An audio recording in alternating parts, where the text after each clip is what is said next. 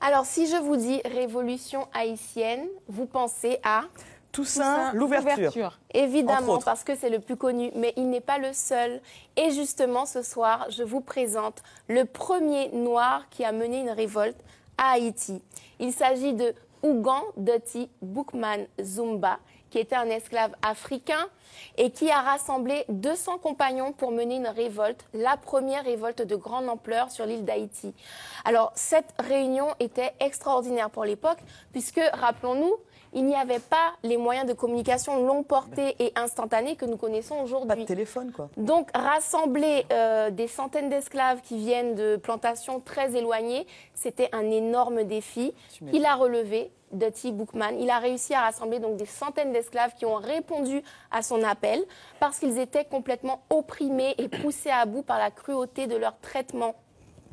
Du coup, au cours de cette réunion, Doti Boukman a prononcé un discours qui les a complètement galvanisés, qui leur a tous donné le courage de se révolter contre la domination coloniale.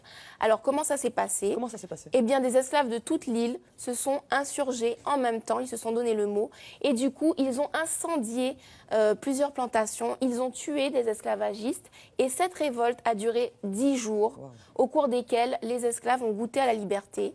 Ça veut dire plus de travail forcé, plus de coups de fouet, plus de torture, des familles séparés qui se retrouvent et surtout, ils mangent tous à leur faim. Alors malheureusement, au bout de ces 10 jours, l'armée française était mieux organisée, mieux équipée. Donc finalement, elle a pris le dessus. Elle a réussi à capturer Doti Boukman et elle l'a tué. Et en plus, elle a poussé la revanche, à décapiter Doti Boukman et à montrer sa tête pendant plusieurs jours. Ils l'ont exposé pour pouvoir déstabiliser le reste des révoltés. Et ça a réussi, ça a semé la panique et ils ont finalement été vaincus. Mais même si cette révolte a fini par un échec, elle aura eu le mérite d'inciter des meneurs par la suite à continuer cet élan de révolte, comme c'est le cas de Jean-François, de Biassou ou encore de Toussaint l'ouverture, le fameux, et de Jean-Jacques Dessalines. Alors, je n'ai pas simplement pris Doti Boukman juste pour son courage extraordinaire, mais également parce que nous sommes au mois de janvier.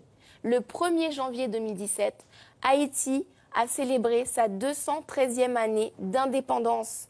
Et cette indépendance, finalement, c'est Boukman Doti qui a mené, qui a ouvert la voie à cette indépendance. C'est également grâce à Haïti que beaucoup de pays d'Afrique et de la Caraïbe ont obtenu leur émancipation à leur tour. Haïti est la toute première nation noire à avoir obtenu son indépendance.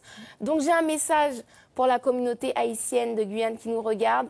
Vous avez une histoire grandiose. S'il vous plaît, soyez-en fiers et surtout, montrez-en vous dignes.